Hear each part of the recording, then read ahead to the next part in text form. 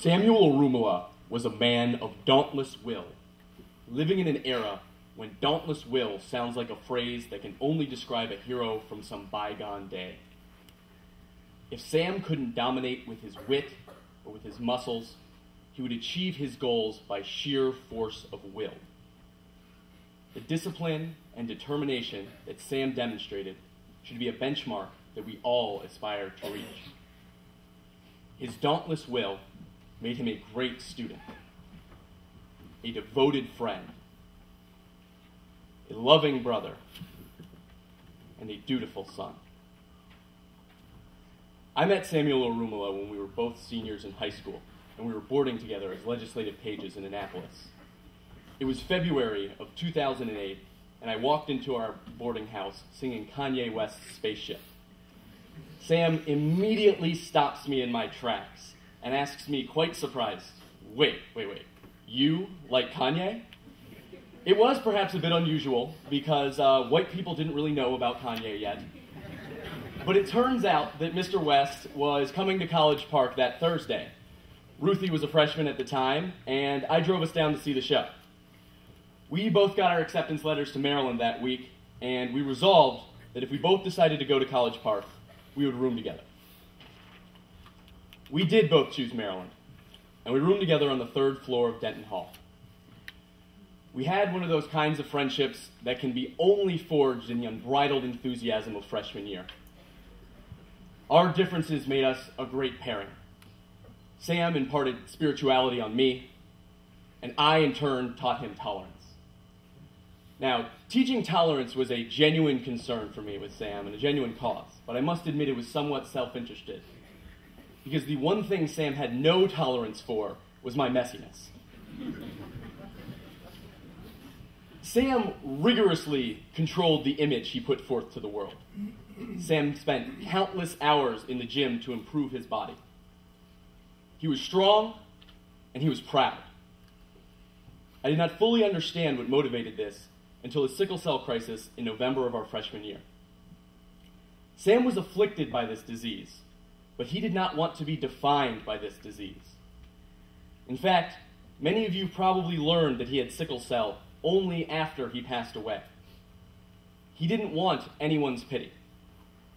He truly believed that he could only work hard to become strong, and the rest he trusted to God's wisdom. Now, just because Sam did not want others to help him did not mean that he himself was unhelpful. In fact, quite the opposite. Sam's strength was not only the physical strength he developed, he fostered an even greater strength of character and charity. Now, I might have been 7 months older than Sam, but Sam was everyone's big brother. He never stopped taking care of people. During that first sickle cell crisis, I was staying with him at the hospital until his family could arrive from Salisbury. After a few hours, I was let back into the ER to see him. Now, apparently, the nurse taking care of him was a bit of a Nurse Ratched type. Sam had made a very simple request. He asked for the lights to be turned off his room so he could get some rest. I began to search for the switch in his room, but found out it was controlled at the nurse's station. I started to search for the nurse, and Sam called out to me, as weak as could be, "Don't, Johnny. She'll eat you alive."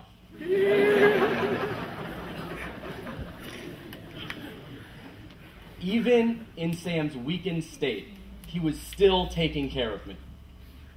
Now, I convinced Sam that it was worth me tangling with an overtired healthcare worker to make sure that he could get some rest. He agreed, and I sought out the nurse.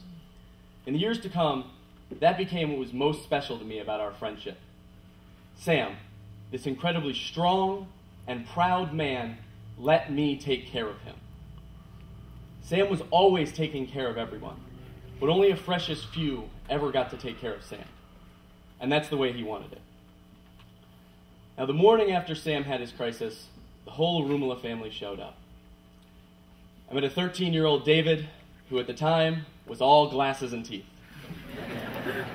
Just look at the tremendous man he has become. I didn't know it that day, but I had met my new family. And who could know, they're all as generous as Samuel, maybe more so. I have received so much more from the Arumalas than I could ever give them. Mama, when times were tough for my family, you prayed for me and you prayed with me. When I faltered, you've helped me pick myself up off the dirt. Like Sam, you never let my flaws obscure your view of my strengths. Spending this past week with you has meant so much to me. I promise you, as you asked me, that I will always be a part of your life. Now, one particular way that the Arumalas have been generous with me is that they provided a place for us to go on spring break our senior year. Papa Arumala had a timeshare that could be used in a number of places across the country, but Sam zeroed in on Daytona Beach. I was, shall we say, a bit skeptical. Daytona Beach hasn't been cool since Hulk Hogan was famous for the first time. And I was suspect of why Sam was so certain that this was the right place for us to go on spring break. But, dauntless that his will was, he argued through all of our objections, and we traveled to Daytona Beach. Midway through the week, the other shoe dropped. Sam asked to borrow my family's van, which we had piled into for the trip down to Florida. When I inquired why, it just so happened that the only factory in the country that would do testing and production on his prototypes for his new company, Cloud9 Beverages, was just 25 minutes away from Daytona Beach. Sam always had an eye on the future. Now, the trials that Sam faced in creating his businesses perfectly illustrated not only his business acumen, but his heroic determination. When someone put up a barrier for him, you better believe there would be a Samuel Arumala-shaped hole in that obstruction. However, more than his determination, I admired Sam's fearlessness. Sam was never scared of anything, nor was he afraid to confront difficult issues. I think the story that best demonstrates Sam's fearlessness was his interview with UBS. Now, Sam interviewed with UBS in March of 2010 for a summer associate position. During that time, UBS was dealing with the IRS and the issue of their Swiss bank accounts being used to evade taxes.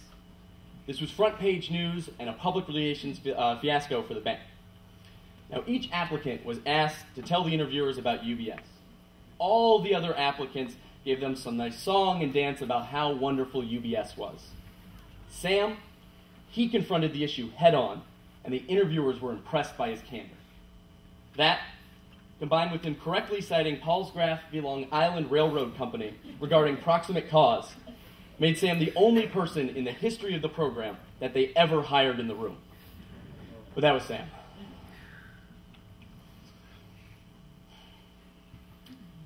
To borrow a phrase from President Obama's speech on Wednesday, there is nothing that I can say that will fill the sudden hole torn in your hearts.